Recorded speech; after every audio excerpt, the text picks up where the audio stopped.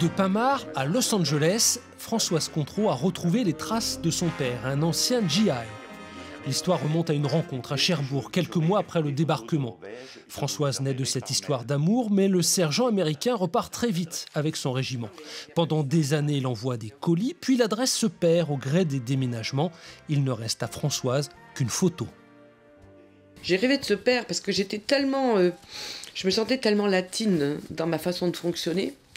Parce que c'est vrai qu'on me disait que je parlais trop fort, je riais trop fort, je dansais, il fallait pas que je danse. Enfin, j'avais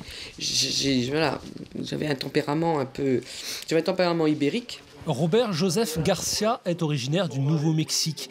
Pour le retrouver, le compagnon de Françoise s'est plongé dans les registres américains via Internet. Des milliers d'heures de recherche pour aboutir enfin.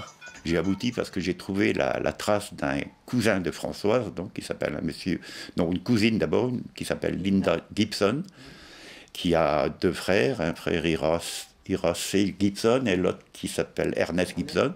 Donc je leur ai écrit une lettre et le 21 janvier 2014, donc on avait une réponse des États-Unis. Le lien entre le père et sa fille est donc renoué. Françoise prépare son voyage à Los Angeles. Je sais que je vais être au 36e dessous, mais que ça va être fantastique. Émotionnellement, ça va être fantastique. Ça va être merveilleux.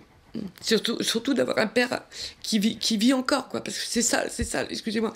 C'est ça la chose qui est inimaginable. L'ancien sergent vient de fêter son 100e anniversaire. Lui aussi sera certainement ému par cette rencontre rendue possible grâce à Internet.